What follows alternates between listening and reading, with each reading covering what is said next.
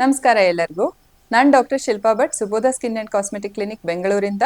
ನಾನೊಬ್ಳು skin specialist ಹಾಗೂ hair transplant surgeon. ನಿಮಗೆ hair fall ಆಗ್ತಾ ಇದ್ರೆ, ಹೇರ್ ಲೈನ್ ಹಿಂದೆ ಹೋಗ್ತಾ ಇದ್ರೆ, ಅಥವಾ ಹೇರ್ ರಿಸೀಡ್ ಆಗ್ತಿದೆ, ಹೇರ್ ಥಿನ್ ಆಗ್ತಿದೆ, ಬಾಲ್ಡ್ ಪ್ಯಾಚಸ್ ಬರ್ತಿದೆ ಅಂತ ಅನಿಸ್ತಾ ಇದ್ರೆ, ನೀವು ಒಬ್ಬರೇ ಅಲ್ಲ, ಹೇರ್ ಲಾಸು ಮಿಲಿಯನ್ಸ್ ಆಫ್ ಜನರನ್ನ ಅಫೆಕ್ಟ್ ಮಾಡುತ್ತೆ all over the world. So ಇವತ್ತು ನಾನು ನಿಮಗೆ ಹೇರ್ ಟ್ರಾನ್ಸ್ಪ್ಲಾಂಟೇಷನ್ ಅಥವಾ ಕೂದಲು ಕಸಿಯ ಬಗ್ಗೆ ಡೀಟೇಲ್ ಆಗಿ ಹೇಳ್ತೇನೆ.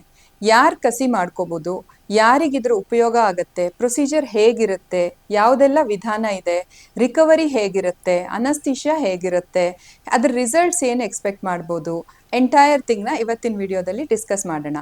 ನಿಮ್ಗದು ಸೂಟ್ ಆಗಬಹುದಾ ಇಲ್ವಾ ಅನ್ನೋದನ್ನ ಕೂಡ ನೀವು ತಿಳ್ಕೊಬಹುದು. So first of all, hair loss ಯಾಕಾಗುತ್ತೆ ಅನ್ನೋದನ್ನ ತಿಳ್ಕೊಳ್ಳೋಣ. ಕಾಮನ್ ಆಗಿ ನಾವು ನೋಡೋದು ಮೇಲ್ ಅಥವಾ ಫಿಮೇಲ್ ಪ್ಯಾಟರ್ನ್ ಹೇರ್ ಲಾಸ್. ಇದು ಒಂದು ಮಿಡಲ್ ಏಜ್ ಅಲ್ಲಿ ಸ್ಟಾರ್ಟ್ ಆಗುವಂತಹ ಪ್ರಾಬ್ಲಮ್. ಆದ್ರೆ ಇತ್ತೀಚೆಗೆ ನಾವು ಇದನ್ನ ಯಂಗರ್ ಏಜ್ ಗ್ರೂಪ್ ನಲ್ಲೂ ಕಾಣ್ತಾ ಇದೀವಿ. ಸೊ ಇದು ವಂಶ ಪಾರಂಪರ್ಯವಾಗಿ ಬರುತ್ತೆ. ಯಾರಿಗೆ ವಂಶದಲ್ಲಿ ಹೇರ್ ಲಾಸ್ ಇರುತ್ತೆ, ಆ ತಂದೆ ತಾಯಿಗೆ ಇಲ್ದೇ ಇದ್ರು ಅಜ್ಜ ಮುತ್ತಜ್ಜ ಹಿಂಗೆ ಯಾವುದೋ ಒಂದು ಜನರೇಷನ್ ಅಲ್ಲಿ ಇರ್ಬೋದು, ಅವರಿಗೆ ಯಂಗರ್ ಏಜ್ ಅಲ್ಲೇನೆ ಸ್ಟಾರ್ಟ್ ಆಗ್ಬೋದು. ಮೇಲ್ ಹಾರ್ಮೋನು DHT ಅಂತ ಹೇಳ್ತೀವಿ, ಡೈಹೈಡ್ರಾಕ್ಸಿ ಟೆಸ್ಟೋಸ್ಟಿರೋನು. ಇದು ಏನ್ ಮಾಡುತ್ತೆ, ಹೇರ್ ಫಾಲಿಕಲ್ ದಪ್ಪ ಇರೋ ಕೂದಲನ್ನ ಪ್ರಾಗ್ರೆಸಿವ್ಲಿ ತೆಳುವಾಗ್ತಾ ಹೋಗೋ ಹಂಗ್ ಮಾಡುತ್ತೆ. ಸೊ ಗ್ರಾಜುವಲ್ ಆಗಿ ಹೇರ್ ಲೈನ್ ರಿಸೀಡ್ ಆಗೋದು ನೋಡ್ತೀವಿ, ಹೋಗ್ತಾ ಹೋಗ್ತಾ ಹೋಗ್ತಾ ಖಾಲಿ ಆಗ್ತಾ ಬರುತ್ತೆ. ಇದಲ್ದೇನೆ ತುಂಬಾ ಸ್ಟ್ರೆಸ್ ಆದಾಗ, ಫೀವರ್ ಬಂದಾಗ, ಚೈಲ್ಡ್ ಬರ್ತ್ ಆದ್ಮೇಲೆ, ಹಾರ್ಮೋನಲ್ ಡೆಫಿಷಿಯನ್ಸೀಸು, ವಿಟಮಿನ್ ಡೆಫಿಷಿಯನ್ಸೀಸು, ಹೀಗೆ ಹಲವಾರು ಕಾರಣಗಳಿಂದ ಹೇರ್ ಲಾಸ್ ಆಗುತ್ತೆ. ಕೆಲವು auto immune problems like alopecia areata, ಈ ಥರದ ಪ್ರಾಬ್ಲಮ್ಸ್ ಕೂಡ ಹೇರು ಲಾಸ್ ಆಗೋ ಹಂಗೆ ಮಾಡುತ್ತೆ. ಸೊ ಓವರ್ ಆಲ್ ನಾವು ಹೇರ್ ಫಾಲ್ ಟ್ರೀಟ್ಮೆಂಟ್ ಮಾಡೋವಾಗ ಫಸ್ಟು ಇದನ್ನೆಲ್ಲ ಇವ್ಯಾಲ್ಯೂಯೇಟ್ ಮಾಡಬೇಕಾಗತ್ತೆ. ನಮ್ಮ ಕ್ಲಿನಿಕಲ್ಲಿ ನಾವು ಫಸ್ಟು ಒಂದು ಪ್ಯಾಟರ್ನ್ ಇಟ್ಕೊಂಡಿರ್ತೇವೆ, ಒಂದು ಚೆಕ್ ಲಿಸ್ಟು. ಇದೆಲ್ಲ ಡೆಫಿಷಿಯನ್ಸಿಗಳಿದೆಯಾ, ಯಾವ್ಯಾವ ತೊಂದರೆಗಳಿದೆ, ಇದನ್ನೆಲ್ಲ ತಿಳ್ಕೊಂಡು ಕಂಪ್ಲೀಟ್ ಆಗಿ ಪೇಷಂಟ್ ಹಿಸ್ಟ್ರಿ ನೋಡಿ, ಅದಾದಮೇಲೆ ಯಾವ ಕಾರಣಕ್ಕೆ ಹೇರ್ ಲಾಸ್ ಆಗಿದೆ ಅನ್ನೋದನ್ನ ಡಿಸೈಡ್ ಮಾಡ್ತೇವೆ. ಸಪೋಸ್ ನಿಮಗೆ ಮೇಲ್ ಪ್ಯಾಟರ್ನ್ ಹೇರ್ ಲಾಸ್ ಅಥವಾ ಫಿಮೇಲ್ ಪ್ಯಾಟರ್ನ್ ಹೇರ್ ಲಾಸ್ ಅಂತ ಡಯಾಗ್ನೋಸ್ ಆದರೆ, ಅದಕ್ಕೆ ಒಂದು ಪರ್ಮನೆಂಟ್ ಸೊಲ್ಯೂಷನ್ ಅನ್ನೋವಂಥದ್ದು ಈ ಹೇರ್ ಟ್ರಾನ್ಸ್ಪ್ಲಾಂಟ್. ಸೊ ಬೇಸಿಕಲಿ ಈ ಹೇರ್ ಟ್ರಾನ್ಸ್ಪ್ಲಾಂಟ್ ಸರ್ಜರಿಯಲ್ಲಿ ಏನು ಮಾಡಲಾಗತ್ತೆ, ಹಿಂದ್ಗಡೆ ಕೂದಲು, ಆಕ್ಸಿಪಿಟಲ್ ಏರಿಯಾದಲ್ಲಿರೋ ಕೂದಲು, ಡೋನರ್ ಏರಿಯಾ ಅಂತ ಹೇಳ್ತೀವಿ, ಅಲ್ಲಿಂದ ಕೂದಲನ್ನ ತಗೊಂಡು ಫ್ರಂಟಲ್ಲಿ ಹೇರ್ ಲೈನನ್ನ ಕ್ರಿಯೇಟ್ ಮಾಡಲಾಗತ್ತೆ.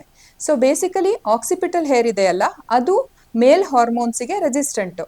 ಸೊ ಹಾಗಾಗಿ ಅದು ಏಜ್ ಆದ್ರೂ, ಎಷ್ಟೇ ವರ್ಷ ಆದ್ರೂ ಅದು ಬಾಲ್ಡ್ ಆಗಲ್ಲ. ನೀವು ಎಷ್ಟೇ ಬಾಲ್ಡ್ ಆಗಿರೋ ಪರ್ಸನ್ನ ನೋಡಿದ್ರು ಹಿಂದ್ಗಡೆ ಒಂದು ಸ್ಟ್ರಿಪ್ ಆಫ್ ಹೇರು ಹಾಗೆ ಇರುತ್ತೆ.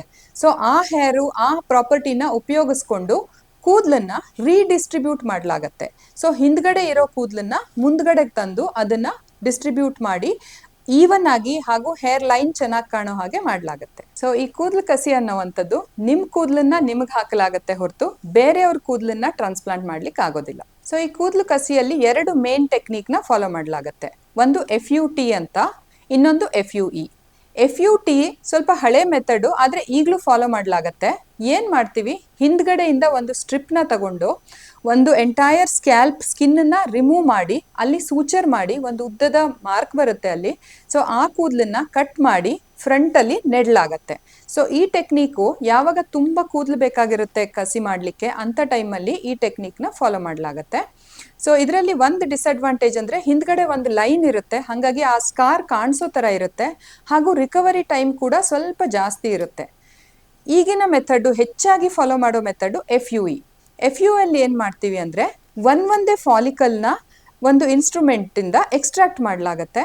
ಎಕ್ಸ್ಟ್ರಾಕ್ಟ್ ಮಾಡಿ individual ಹೇರ್ಸ್ನ ನೆಡಲಾಗತ್ತೆ.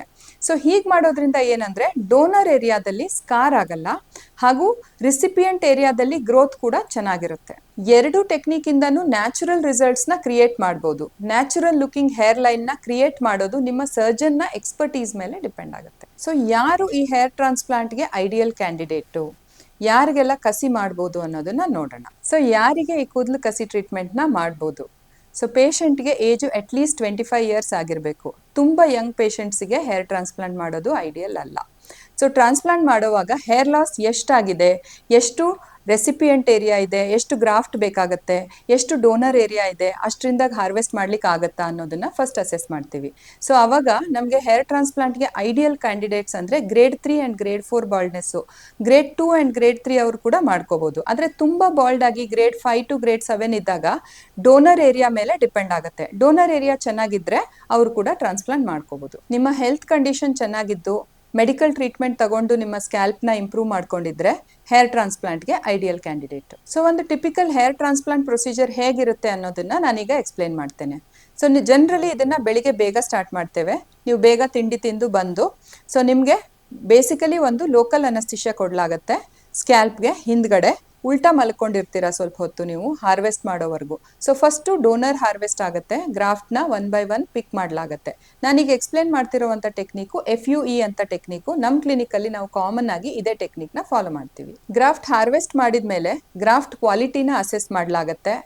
Single hair, twos, threes ಅಂತ ಅದನ್ನ ಡಿವೈಡ್ ಮಾಡಿ, ಸೊ ಗ್ರಾಫ್ಟನ್ನ ಒಂದು ಕೋಲ್ಡ್ ಸ್ಟೋರೇಜು ಅಥವಾ ಐಸ್ ಪ್ಯಾಕ್ ಮೇಲೆ ಇಟ್ಟು ಸ್ವಲ್ಪ ಹೊತ್ತಿನಲ್ಲೇ ಅದನ್ನ ಮತ್ತೆ ನಿಮ್ಮ ರೆಸಿಪಿಯೆಂಟ್ ಏರಿಯಾನ ರೆಡಿ ಮಾಡಲಾಗತ್ತೆ. ಸೊ ರೆಸಿಪಿಯೆಂಟ್ ಏರಿಯಾ ಅಂದ್ರೆ ನಿಮ್ಮ ಫ್ರಂಟ್ ಏರಿಯಾ. ಸೊ ಫ್ರಂಟ್ ಏರಿಯಾಗೆ ನಿಮಗೆ ಯಾವ ರೀತಿಯ ಹೇರ್ ಲೈನ್ ಕೊಡಬೇಕು ಅನ್ನೋದು ಅತಿ ಮುಖ್ಯ ಆಗುತ್ತೆ. ಸೊ ಹೇರ್ ಲೈನ್ ಅಲ್ಲಿ ಮೈಕ್ರೋ ಇರೆಗ್ಯುಲಾರಿಟೀಸ್ನ ಕ್ರಿಯೇಟ್ ಮಾಡಿ ನ್ಯಾಚುರಲ್ ಆಗಿ ಕಾಣೋ ಥರ ಮಾಡಬೇಕಾಗತ್ತೆ. ಅದರ್ವೈಸ್ ಹೇರ್ ಟ್ರಾನ್ಸ್ಪ್ಲಾಂಟ್ ಮಾಡ್ಕೊಂಡಿದ್ದೀರಾ ಅನ್ನೋದು ತಕ್ಷಣ ಬೇರೆಯವ್ರು ಹೇಳ್ಬಿಡ್ತಾರೆ. ಸೊ ಆ ಥರ ಕಾಣ್ದೇನೆ ನಿಜವಾಗಿ ಬ್ಯೂಟಿಫುಲ್ ಆಗಿ ಮಾಡುವಂಥ ಹೇರ್ ಟ್ರಾನ್ಸ್ಪ್ಲಾಂಟ್ ಇದೆಯಲ್ಲ, ಬೇರೆಯವ್ರಿಗೆ ಕಂಡುಹಿಡಿಲಿಕ್ಕೆ ಆಗಲ್ಲ ಕಸಿ ಮಾಡ್ಕೊಂಡಿದ್ದಾರೆ ಅಂತ. ಹಾಗೆ ನಿಮ್ಮ ಹೇರ್ ಲೈನ್ನ ಡಿಸೈನ್ ಮಾಡಬೇಕು.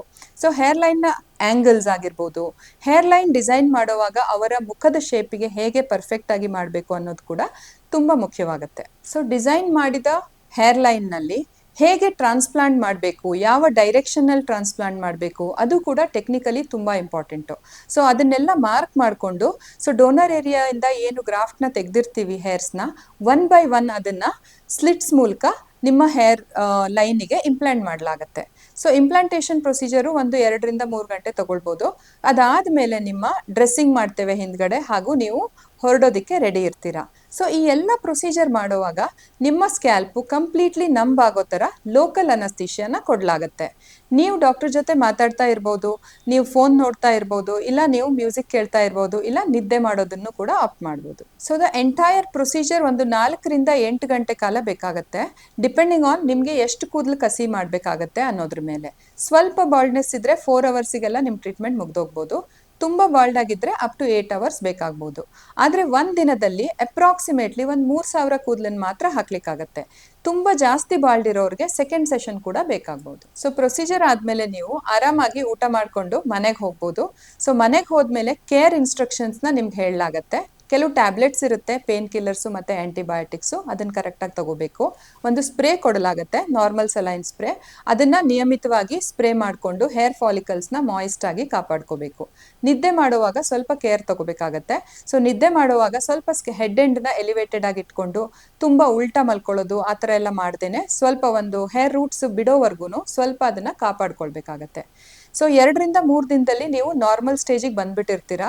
ಸೊ ಹಾಗಾಗಿ ವರ್ಕ್ ಫ್ರಮ್ ಹೋಮ್ ಆಪರೇಷನ್ ಇದ್ದರೆ ನಿಮಗೆ ನೆಕ್ಸ್ಟ್ ಡೇ ಇಂದಾನೆ ನೀವು ಕೂಡ ವರ್ಕ್ ಮಾಡ್ಬೋದು. ಆದರೆ ನಿಮಗೆ ಕೆಲಸಕ್ಕೆ ಹೋಗ್ಬೇಕಂತಂದ್ರೆ ನೀವು ಒಂದು ವಾರದ ನಂತರ ಹೋಗೋದಕ್ಕೆ ಪ್ಲಾನ್ ಮಾಡ್ಬೋದು. ಸೊ ನೀವು ಜಿಮ್ ಮಾಡೋದು ಅಥವಾ ಆಟ ಆಡೋದನ್ನ ಒಂದು ವಾರದ ಕಾಲ ಅವಾಯ್ಡ್ ಮಾಡ್ಬೋದು.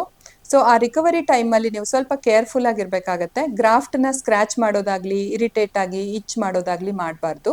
ಜೆಂಟಲ್ ಆಗಿ ಗ್ರಾಫ್ಟ್ನ ಕೇರ್ ತಗೋಬೇಕಾಗತ್ತೆ. So 3rd or 4th day ಕ್ಲಿನಿಕಲ್ಲಿ ನಿಮಗೆ ಒಂದು ಜೆಂಟಲ್ ವಾಶ್ ಕೊಡಲಾಗತ್ತೆ, ಬೆಟಡಿನ್ ವಾಶ್ ಅಂತ ಹೇಳ್ತೀವಿ.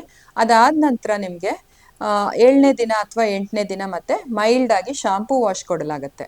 ಸೊ ಶಾಂಪೂ ವಾಶ್ ಮಾಡಿದಾಗ ಸ್ವಲ್ಪ ಕ್ರಸ್ಟಿಂಗ್ ಎಲ್ಲ ಆಗಿರುತ್ತಲ್ಲ, ಆ ಕ್ರಸ್ಟನ್ನೆಲ್ಲ ಡಾಕ್ಟರ್ ನಿಧಾನಕ್ಕೆ ಕ್ಲೀನ್ ಮಾಡಿರ್ತಾರೆ. ಸೊ ಮತ್ತೆ ನೀವು ಮನೆಯಲ್ಲಿ ರೆಗ್ಯುಲರ್ ಶಾಂಪೂ ಮಾಡಲಿಕ್ಕೆ ಸ್ಟಾರ್ಟ್ ಮಾಡ್ಬೋದು. ಒಂದು ಜೆಂಟಲ್ ಶಾಂಪೂನ ಯೂಸ್ ಮಾಡಬೇಕಾಗತ್ತೆ. ಸೊ 2-3 ವಾರ ಆಗ್ತಿದ್ದಂಗೆ ಟ್ರಾನ್ಸ್ಪ್ಲಾಂಟೆಡ್ ಹೇರು ಸ್ವಲ್ಪ ಶೆಡ್ ಆಗ್ಲಿಕ್ಕೆ ಸ್ಟಾರ್ಟ್ ಆಗುತ್ತೆ. ಇದನ್ನ ಶಾಕ್ ಲಾಸ್ ಅಂತ ಹೇಳ್ತೀವಿ. ಸೊ ಇದರಲ್ಲಿ ಏನಾಗುತ್ತೆ, ಹೇರ್ ಶಾಫ್ಟ್ ಮಾತ್ರ ಬೀಳುತ್ತೆ, ಆದ್ರೆ ಹೇರ್ ರೂಟ್ ಇಂಟ್ಯಾಕ್ಟ್ ಇರುತ್ತೆ. ಸೊ ಸ್ವಲ್ಪ ದಿನ ಬಿಟ್ಟು ಒಂದು 3 ರಿಂದ 4 ತಿಂಗಳಾದ್ಮೇಲೆ ಅದೇ ಜಾಗದಿಂದ ಮತ್ತೆ ಕೂದಲು ಬೆಳೆಯಕ್ಕೆ ಶುರು ಆಗುತ್ತೆ. ಕೂದಲು ಬೆಳೆದು ನಿಮ್ಗೆ ಕಂಪ್ಲೀಟ್ ಆಗಿ ಸುಂದರವಾದ ರಿಸಲ್ಟ್ ಬರ್ಲಿಕ್ಕೆ 6 ರಿಂದ 9 ತಿಂಗಳಷ್ಟು ಟೈಮ್ ಬೇಕಾಗತ್ತೆ. ಕೆಲವು ಸತಿ 1 ವರ್ಷ ಕೂಡ ಬೇಕಾಗ್ಬೋದು. ಆದ್ರೆ ರಿಸಲ್ಟ್ಸ್ ಮಾತ್ರ ಬ್ಯೂಟಿಫುಲ್ ಆಗಿರುತ್ತೆ. ಸರಿಯಾದ ಡಾಕ್ಟರ್ ಕಡೆ ಮಾಡ್ಕೋಬೇಕಷ್ಟೇ. ಮಾಡರ್ನ್ ಹೇರ್ ಟ್ರಾನ್ಸ್ಪ್ಲಾಂಟು ಚೆನ್ನಾಗಿ ಮಾಡಿದಾಗ, ಎಕ್ಸ್ಪರ್ಟ್ಸ್ ಹತ್ರ ಮಾಡಿಸ್ಕೊಂಡಾಗ ಹೇರ್ ಲೈನ್ ಚೆನ್ನಾಗಿ ಬರುತ್ತೆ, ಹೇರ್ ಆಂಗಲ್ಸ್ ಚೆನ್ನಾಗಿ ಬರುತ್ತೆ, ಬ್ಯೂಟಿಫುಲ್ ಲುಕ್ ಬರುತ್ತೆ, ಫೇಶಿಯಲ್ ಪ್ರಪೋರ್ಷನ್ಸ್ ಚೆನ್ನಾಗಾಗುತ್ತೆ, ಹಾಗೂ ಕಾನ್ಫಿಡೆನ್ಸ್ನ ಕೂಡ ರೀಸ್ಟೋರ್ ಮಾಡಲಾಗುತ್ತೆ. ಸೊ ನೆನ್ಪಿಟ್ಕೊಳ್ಳಿ, ಗುರಿ ನಿಮ್ಮ ಕೂದಲನ್ನ ರೀಸ್ಟೋರ್ ಮಾಡೋದಷ್ಟೇ ಅಲ್ಲ, ನಿಮ್ಮ ಕಾನ್ಫಿಡೆನ್ಸ್ನ ವಾಪಸ್ ತರೋದಾಗಿರುತ್ತೆ. ಈ ಹೇರ್ ಟ್ರಾನ್ಸ್ಪ್ಲಾಂಟ್ ಅನ್ನೋವಂಥದ್ದು ಒಂದು ಲೈಫ್ ಚೇಂಜಿಂಗ್ ಪ್ರೊಸೀಜರ್ ಆಗಿರುತ್ತೆ. ಸೊ ನೀವು ಸರಿಯಾದ ಡಾಕ್ಟರ್ನ ಆರಿಸ್ಕೊಂಡು ಸರಿಯಾದ ಸಮಯದಲ್ಲಿ ಮಾಡಿಸ್ಕೊಂಡು ಸರಿಯಾದ ಟ್ರೀಟ್ಮೆಂಟ್ನ ಫಾಲೋ ಮಾಡಿಕೊಂಡ್ರೆ ರಿಸಲ್ಟ್ಸ್ ಆರ್ ಬ್ಯೂಟಿಫುಲ್. ಸೊ ಯಾವಾಗಲೂ ಒಂದು ಕ್ವಾಲಿಫೈಡ್ ಡರ್ಮಟಾಲಜಿಸ್ಟು ಅಥವಾ ಪ್ಲಾಸ್ಟಿಕ್ ಸರ್ಜನ್ನು, ಯಾರು ಹೇರ್ ಟ್ರಾನ್ಸ್ಪ್ಲಾಂಟಲ್ಲಿ ಎಕ್ಸ್ಪರ್ಟೀಸ್ ಇರ್ತಾರೆ ಅಂಥವ್ರನ್ನ ಆರಿಸ್ಕೊಂಡು ಸರಿಯಾದ ಮೆಡಿಕಲ್ ಟ್ರೀಟ್ಮೆಂಟ್ನ ತಗೊಂಡು ಫಸ್ಟು ಕನ್ಸಲ್ಟೇಷನಿಂದ ಸ್ಟಾರ್ಟ್ ಮಾಡಿ ನಿಮ್ಮ ಎಕ್ಸ್ಪೆಕ್ಟೇಷನ್ಸ್ನ ಸರಿಯಾಗಿ ಇಟ್ಕೊಳ್ಳಿ.